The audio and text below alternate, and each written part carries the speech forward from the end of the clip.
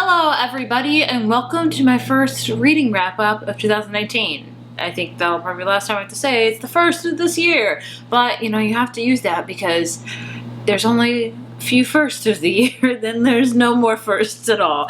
Either way, so the first month of 2019 I read 8 books, which are right here, and I'm switching up a little bit of how I do my wrap up. So what I usually do for my wrap ups is I show you how many books I read, then I show you them from my least favorite to my favorite read of the entire month. I'm still keeping that format, but I'm throwing a few things extra in there as well. So this is just for me in the future. Because every December I do my stats and I like look up how and what I rated them, all that kind of stuff, and it's a lot of data to comprise, and I gotta pull from a lot of different places. I don't know why, I just do. I could make that really fancy spreadsheet everyone does from Let's Read, but I feel like it's too complicated even for me, and I'm not good in technology at all. So this is going to help me so I can look back each month, and so I'm going to share with you what genres I read for and how many books I rated which things like that. Just a little few statistics at the beginning of each video. So like I said, I read 8 books this month. They were all YA books, which is very weird to start out the year because I was like, I'm going to read all adult books I'm going to read so many adult books this year, and I am. You know, I still love YA, and I just wanted to read all these books, so they're all YA. Out of those 8 books that I read that are YA books, 5 of them were fantasy, which is a lot for me. 2 were contemporary, and 1 was a mystery / thriller. So yeah, I read a lot of fantasy because I knew in February I'm going to read all the romance ever, so I'm like, I better read a lot of fantasy. Now for ratings wise, for 1 star I have 0. I like never rate books 1 star. For 2 stars I have 0 books as well, so that's really good. 2 stars is where I'm like, I really didn't like that book. For 3 stars I rated 3 of these books 3 stars. 4 stars I rated 3 of these books 4 stars, and 5 stars I actually rated 2 books 5 stars. So starting off the year really good with 2 5-star reads. So also this year you're gonna notice in my reviews and wrap-ups I am doing away with the half stars or 2.5s or 2.75s because that's just, I don't know why I do that. Goodreads doesn't allow half stars, so it's just going to be easier for me to rate them on Goodreads, and on here I'm just going to either round up or round down. So rating might get a little brutal this year, but hopefully that's okay. So for all of these books, I have reviewed every single one of them except for 1. All of them can be either found in mashed reviews or a singular review. So I'm trying to review books more this year as well. So a lot of things are changing, but not really on this channel for 2019. Now moving into the books that I actually read. Again, I'm going to start with my least favorite book of the month, working up to my favorite. So the first book I want to talk about is 4 Dead Queens by Astrid Schulte. I'm so sorry if I mispronounced it. I gave this book 3 stars. This is the first book. No, it is a standalone fantasy book, so that's awesome. And this is all about this place called Quadra, I believe, and it's split into 4 quadrants. If that sounds familiar, you're thinking of Divergent, which I thought of a lot while reading this book. 4 quadrants value different things in our life. Quadrant really values art and fashion. 1 quadrant really values like technology and, you know, using every ounce of information you can. 1 quadrant really focuses on like nature and medicine and all that other things. Like they're just different type of quadrants like Divergent. It very reminded me much so of Divergent. And anyway, these 4 quadrants are ruled by 4 queens, and its queens meet up all the time. They, you know, discuss politics and what happens to their quadrant and things like that. This book actually follows a main character named Carolee, who is kind of a thief. She is a bandit. She steals things, and one day she steals really valuable comm chip, and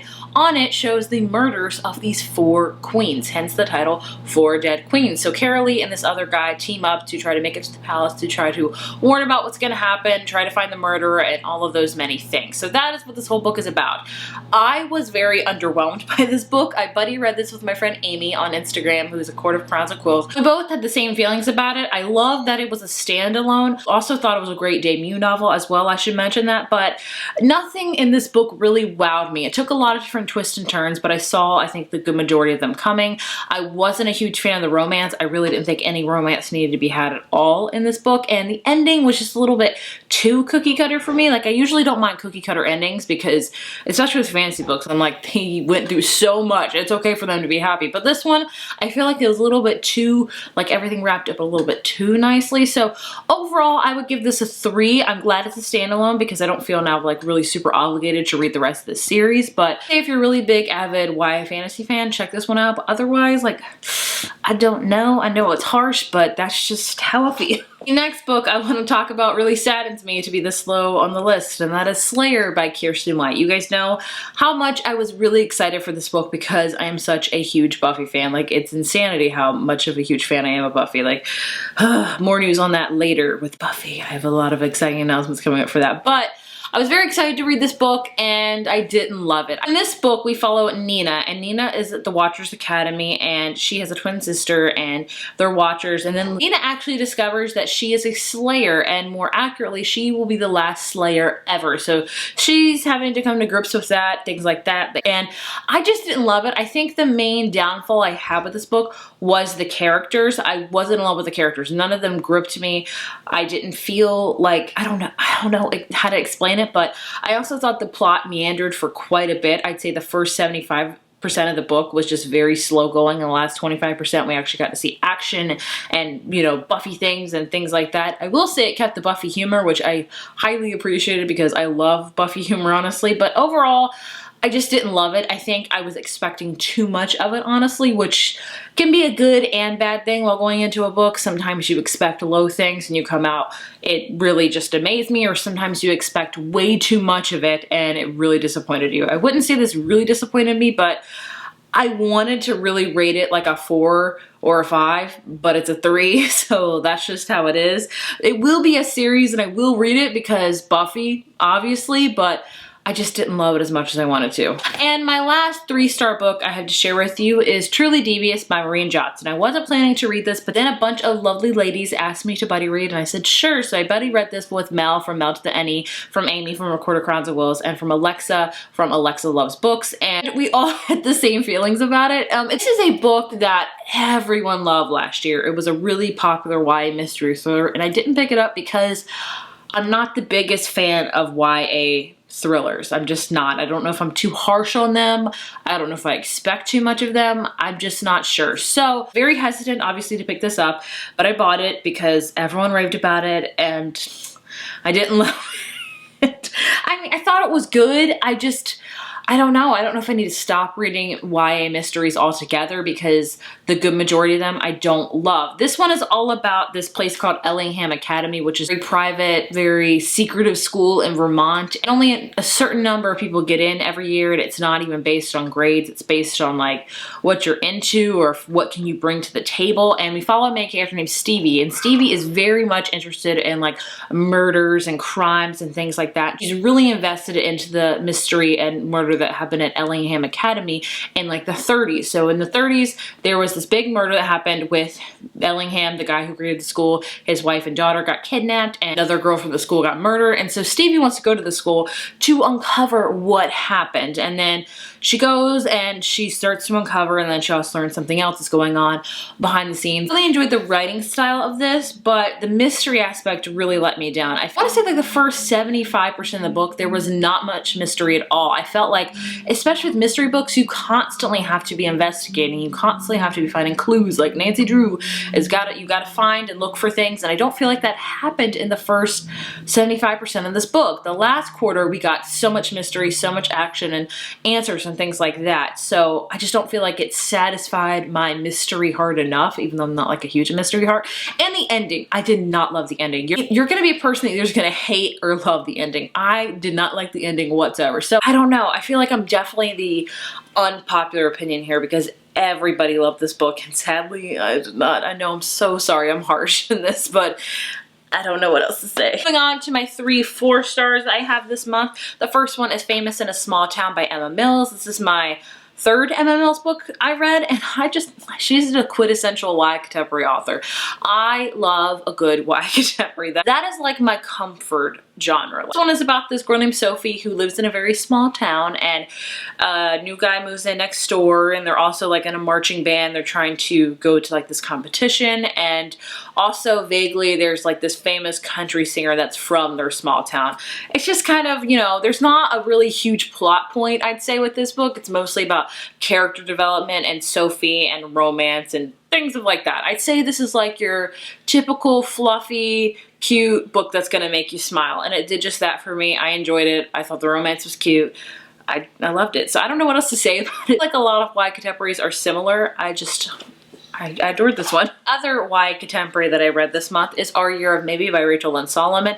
This one is a contemporary, but it's a very sad contemporary. This also features a main character named Sophie. How weird. And it's about Sophie and Peter, and they are best friends. They've been best friends for years, ever since they were little. And Peter struggles a lot with his health. Kidneys are failing, and he can't really go outside a lot. So Sophie and Peter are just together all the time. And Sophie is actually very much in love with Peter, and she doesn't know if he reciprocates. And turns out she's a match for Peter, and she donates one of her kidneys to him, and that changes the trajectory of the relationship. He can go out now, he can go to school, he can have a social life, and he does just that. He meets a guy and has a relationship, and meanwhile Sophie's just wondering what to do with her life because she's so in love with Peter and she doesn't know how to navigate this. I'd say it's a sad one. And also, like, I really wanted to give this a 5 out of 5 because I loved her debut novel, You'll Miss Me When I'm Gone. But the characters really made me angry. Like, they both made choices that were just stupid. But then I'm like, they're teenagers.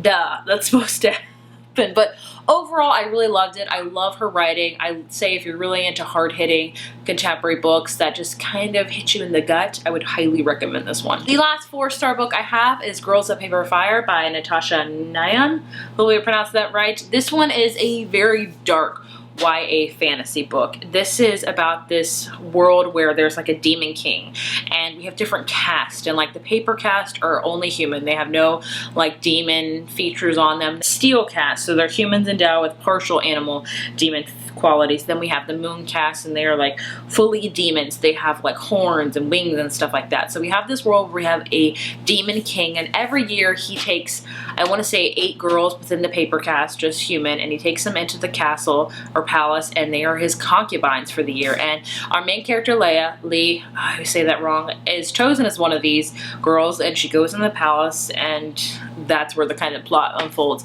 This book, like I said, is very dark. It deals a lot with rape, with sexual assault, animal brutality, just human consent, things like that. It's very scary to think about, but I love the way it was written. It captivated me from page 1. This was a fantasy book that I had no problem immersing myself in. There's also a female-female romance in this book. Overall, I really enjoyed it. I'm gonna give it a 5, but I felt like the ending was kind of rushed and didn't make much sense, but overall I'm invested in the storyline and definitely want to continue on with it. Last 2 books I want to talk about, I gave both 5 stars. I don't know which one's my favorite of the month. I love them equally, but for different reasons. So I'll just go by in what order I read them in. So first, it'll be The Wicked King by Holly Black. This is the 2nd book in the Heir of the Folk series. I'm sure you've heard about The Cruel Prince. It's the sequel to that. Everybody and their mother read it last year, and everybody loved it, including me. I loved it, but I don't think I loved it as much as other people. Like, I really enjoyed it, gave it a 5 out of 5, but like I didn't think about it as much as other people did. I'm gonna sing a different song for this one because I loved The Wicked King, and more particularly the ending. Holly Black does some damn good cliffhangers, and this one was a good cliffhanger. Overall, the romance in this whole book was great. The hate to love, it's like hate to hate love, and I loved it so much. And our main character, Jude, is just very not your typical main character. I feel like with main characters, you're really in love with them and you want to see them succeed and agree with their choices. Jude is a very morally gray character. A lot of times when I read about Jude, I kind of want to punch her in the face because I think she's making horrible decisions and is a horrible person. Other times I sympathize with her. So I love the fact that the series makes me question the freaking main character a ton and the love interest. It's just so like, why do I love this? But I just do. They're addicting. I'm just gonna say that. 5 out of 5. I loved it. I definitely will say I like the second one much more than the first one. So, and the last book I want to talk about, you will be super proud of me. I finally read Carry On by Rainbow Rowell. I know. I hope you're proud of me. I'm proud of me. This book has been on my TBR shelf for like 3 years now, and here we are. We've read it. Carry On.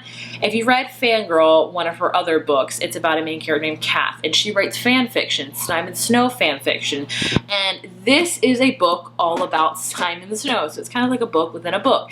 It's a very much take on Harry Potter, but very loosely. It's all about Simon Snow, who is kind of the savior and the magic's champion, and he goes to this magical boarding school. His roommate is Baz, who he thinks is a vampire, and he also hates, but he also is kind of in love with, and it's all about them and their developing relationship also with magic. I freaking adored it. I will say the first quarter of it was quite slow. I had to push myself to get through, but once you get through part 1, I think this book has 4 parts in it, it just picks up. I love Simon and Baz. Holy crap, I love them. I love the way this was written. I love how it's a fantasy, but it's very much steeped in contemporary setting, much like kind of Harry Potter. So I'd say if you are trying to get into YA fantasy and you don't know where to start, if you've read Fangirl, I would highly recommend reading this. It's a great stepping stone into YA fantasy. I loved it. I thought it was freaking cute as heck. So 5 stars.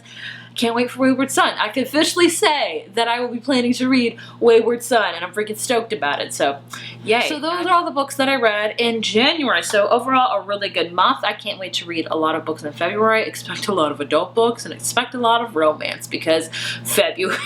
If you've read any of these books, I'd love to hear your thoughts and opinions, and yeah, I'll see you in my next video. Bye.